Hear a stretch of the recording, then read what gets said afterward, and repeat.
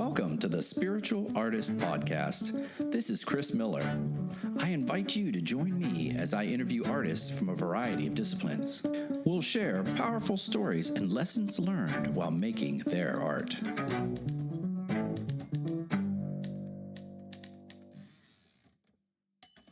Today, I'm in conversation with Rebecca Collins.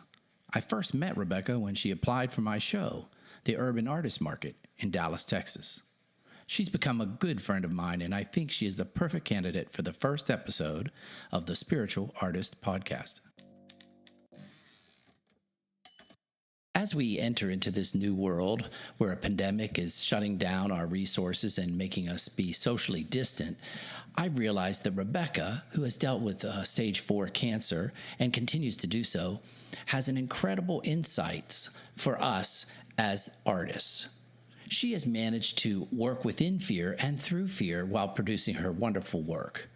She creates collage, drawing, mixed media, you name it, but it's her infectious personality and her can-do attitude that has drawn me to her. Good morning, Rebecca. Good morning, Chris. How are you today? I'm doing good. Rebecca, we were just talking, and I wanted to remind the audience here of how impressed I am with your work. It's something that you notice right away, that you're very consciously present when you do your work. Thank you. I like to play. It's just, for me, the being present is what it's all about. I try not to think about the end product. So yeah, thank you for acknowledging me on that. Yeah. Well, you're welcome. I do. I love your work. And it's something I spot with certain artists where you see that they're not just rushing to the end. You know, it's about being in that moment. And so in this issue, I wanted to talk about working with fear and how we as artists process through fear when we do work. How do we step out there and create art in a fearful environment, and also the fear inside of our heads? Are we good enough? Yeah, there's the situational things. If fear, you can break fear down into kind of categories, I guess, because there's the situation, like now we're all afraid of the virus. 5 years ago, I was diagnosed with stage 4 cancer, and that was a situation, an issue that's fear. But what you're talking about is like, beyond what's going on in your environment, we have what's going on inside of ourselves. And that can be even more limiting than the situational things that are going through. You're going through a divorce, or there's a virus trying to kill you, or cancer's trying to kill you. You've got all the situational things, but beyond that, there's the stuff inside of us. Like you said, it says, I'm not good enough, or I'm going to put it out there and nobody's going to respond to it. Then that's the fear that is, I think, the most what's the word? I don't know. Immobilizing, yeah. The most immobilizing for people that I see people get stuck with. They get really stuck in what's in front of them and what's inside of them, and not necessarily the fears of their environment, but the fears of is this thing I'm working on going to work? I'm putting all this time into it. Is it going to be good enough? And that's just paralyzing, I think, for some people. And I have the ability to, I think part of it is because I don't rush through things, and I don't rush through things, but at the same time, I have the ability to work quickly on a thing. And I picked that up when I was doing a handmade greeting card line back in the 90s. And I had to design quickly for each season. We had to change out our card designs and something new every year. So learning those production techniques, I bring that into my fine artwork. And so I'm able to quickly work through things at a pace that doesn't paralyze me and make me think, oh, I'm just, this is taking me 3 weeks. It might be horrible. So I don't have that, because I kind of approach everything as a sketch. It's everything's an experiment and a sketch, and that helps me to move forward. Well, it's funny. I remember when I was learning to paint that we would do gesture drawings where you're trained to work fast. See an image, work fast. See an image, work fast. And so I think that production experience with you, with the cards, teaches you to go through the process quickly. Mm-hmm. And maybe that is one way that you can get through fear, is to just work at it really quick and just keep going and keep going. Just plow through. You just have to move forward, you know? You just have to move forward and give yourself permission to suck. That's the other thing. You have to give yourself permission to fail and realize with each failure, you know, it's really a win, because if you fail at a thing, you know, you're going to be better the next time. And, you know, that's done. You're not going to have that exact failure again. Well, hopefully not. Hopefully not. I think that's interesting because, you know, you mentioned the virus and there's so many people frozen in that fear of worried about the future, worried about the past and what they've lost. And I think you're right. It's, you just have to do it. You just do it. You show up and again, what I try to get across to my students is approaching it as a practice, not, you know, to get a little detached from what's in front of you, the project in front of you, the painting in front of you, the mosaic in front of you, whatever it is you're working on. You have to get a little emotionally detached from it and realize the practice is just showing up. You know, it's a practice. It's not what you end up with that matters. It's not the piece of art that matters. And if you can approach it that way, then over the course of 2-3 years, you're going to look back at your stuff you did 2-3 years ago and you're going to go, oh, wow, I'm much better today, because it's a practice, you know? It's like yoga, you know? People don't go to the mat the first time they go to a yoga class and expect to, you know, master the tree pose or whatever, you know, or any of those contortionist style poses. You don't expect to do that. And your instructor, if it's a good instructor, if they are a good instructor, they don't expect you to be able to do that. And it's the same with art. You know, you just have to show up to the mat or to the drawing board every day, you know? Yeah, I think it's important, like you mentioned, that you find a good instructor. And in this case, the instructor is oftentimes you. I mean, you're your own instructor. In this socially distant world that we're being creative in right now, there is nobody to walk you through, right? You're in your studio alone, and you just have to walk through it. And I imagine that ties into your health situation for the last few years. I mean, it's probably hard to get people to understand how you feel when you're struggling with cancer, you know. It is. Unless you've been there and done it, you don't understand it. And stage 4 cancer, with what I'm dealing with, is a completely different game too, because I often look okay. I look healthy often and feel good. I often feel good. And it's like you look at me and you don't see a person that has a terminal illness. And so, you know, family and friends think, oh, well, Rebecca's doing great. She's in remission. It's like, no, we don't get to use that word, remission. And so it's still present. It's always present. But I think the gift it has given me, though, having a terminal illness, has been that ability to be more present in the work I'm creating, to be more present in my daily life in general, because I'm always, much like you're a kind of a type A, where am I going to be in 5 years kind of guy, right? I see that. Just a little. Or where am I going to be in 5 months? You know, maybe more intense. And I was always that person. And now I don't think in 5-year increments. I'm like, I don't even think, where am I going to be next month? You know, I really have harnessed the ability to show up daily and approach it that way. So part of your working through that is to just be present every day. Every day. Exactly. Every day. And, you know, and in terms of the working through the fear, I find the practice of the art and drawing specifically is something that completely will lower a person's blood pressure. And, you know, it's like these adult coloring books, you know, we don't, as serious fine artists, we don't think, oh, I'm going to go get an adult coloring book. But people that do that really do lower their blood pressure. And I applaud people that maybe they don't have an innate artistic ability, but they pick up that adult coloring book and color, because it is so calming to just take a pencil in hand and just get lost in the line, get lost in the color, get in mark making, to just completely get lost in that. It's, I totally believe it gets you to a healthier place physically. I think it's very healing. So Well, I agree. I think that I find that I have two kinds of painting.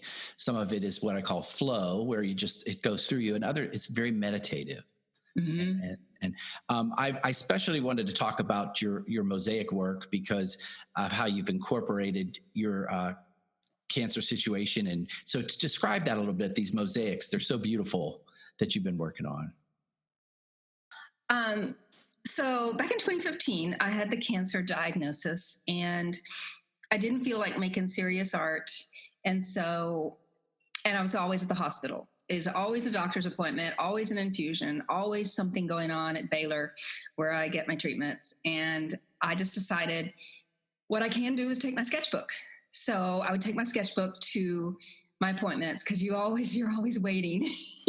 Every medical procedure, it's nothing but sitting around, and most people play on their phones or they have a friend with them. And my husband works, sometimes he'd go with me or sometimes I'd have a friend with me, but mostly I was on my own. And so I'd take my sketchbook and I asked my doctor, I think by the second or third appointment, I'm like, what does a healthy cell look like? And it's just it's pretty much just a circle with a dot in the middle of it. And so I'm like, I'm going to doodle healthy cells, And so I would go get my infusion. They'd hook me up to the drip and I would just start doodling these healthy cells. And in the beginning, they were just really basic because I was really just kind of concentrating on making really perfectly round circles and little dots in the center, and because I wanted them to be healthy, no irregularity. And that quickly gave way to whatever was going on in my head. And so, I call it they're pseudoscience drawings. They start out as little cells and then I get these little squigglies going on and these little amoeba shapes. And pretty soon I was just creating abstract art. And so I kind of saw the cell doodling as kind of a gateway drug into abstracts because I've always been more figurative. I've always had a hard time working into abstracts, but doing these little cell sketches was totally the doorway I needed to find meaning in it. And that was one problem with me in abstracts because I know the artist creating the painting maybe they're just playing with the design basics, maybe they're just playing with composition and line and color and value and all the good stuff that makes the soup. Yes. Maybe that's all they're doing, but often they do have, either an energy to it or something in it. It's a dance to them. It's a piece of music to them. It's something to them, but you don't always have a doorway into it to understand it. And so having this layer of meaning behind it it clicked for me. I'm like, oh, and not only has it made me able to do abstract art, I'm able to appreciate other people's abstract art much more, and I realized I don't have to literally know what they were thinking to make my own story up about the piece that's in front of me if I'm at a gallery or something looking at something. And so it's much more accessible to me now. So that's my experience with that. Well, I do. I think the mosaics, your choice of color and the composition, they are so beautiful. I invite the listeners after this to look you up on the web and look at this work because I think that conscious presence, that awareness, and that living in the moment, it transcends in that artwork. Oh, thank you. I just recently purchased your mosaic sort of collage work of that owl, and she does Rebecca does whimsical drawings and little monsters, but I saw an owl, I just had to have it.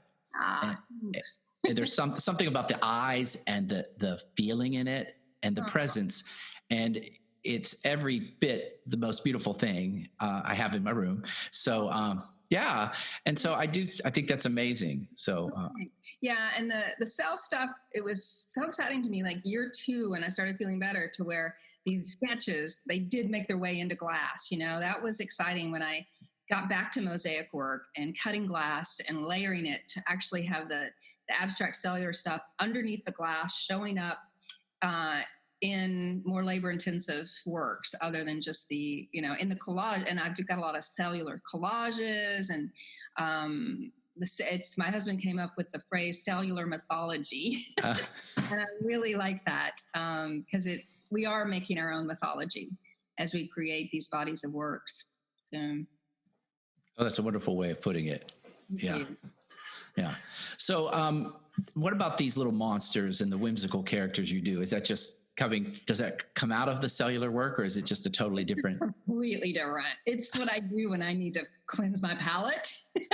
It's like I don't know if you ever watched like a really scary movie and then you've got to put on something lighter before you can go to bed. That's what the monsters are for me, because they're just so silly and goofy.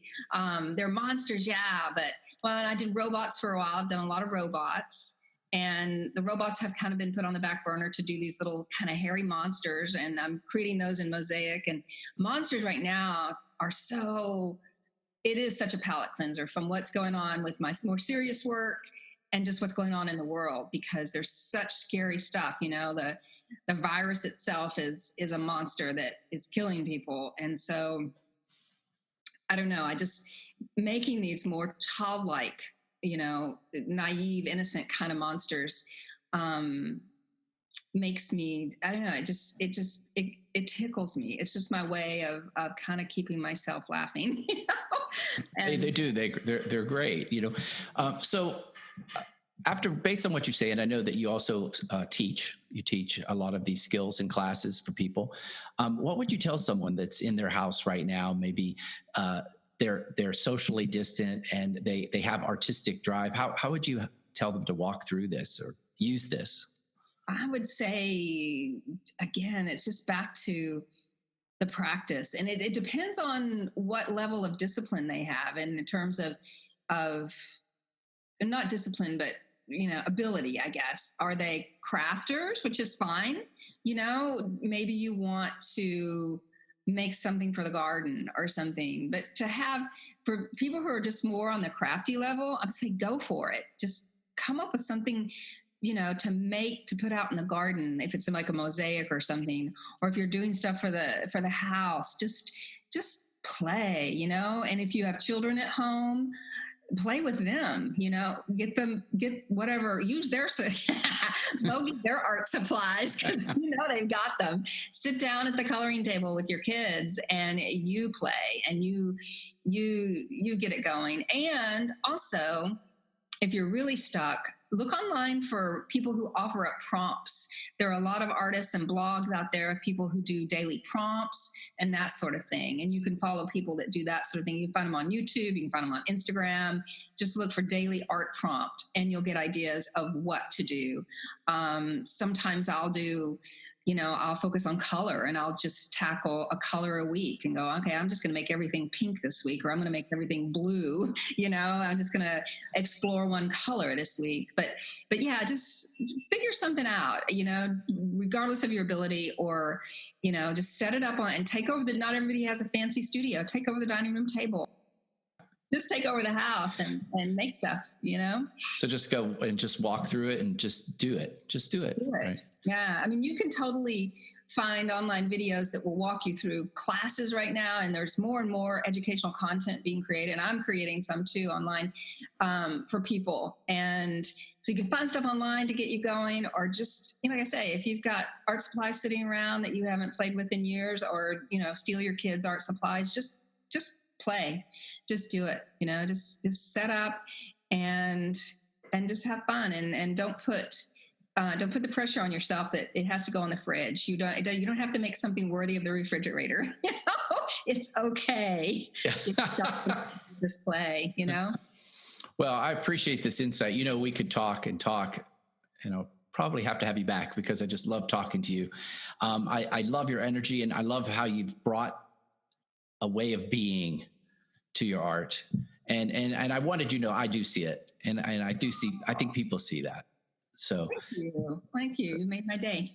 Oh, you're welcome. Talking with you. Thanks for having me on this launch.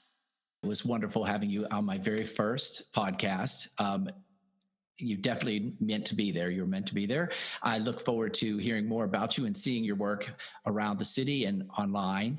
I encourage listeners to go and check her out. At the bottom in the definitions line, there'll be a description of your website and everything else. And she does so much more than we talked about, Rebecca, right? That's a lot. Mixed media. Around. Thanks so much, Chris, for having me today. This was fun. It was fun. And I'm glad you helped walk me through this. So take care, and we'll talk to you soon.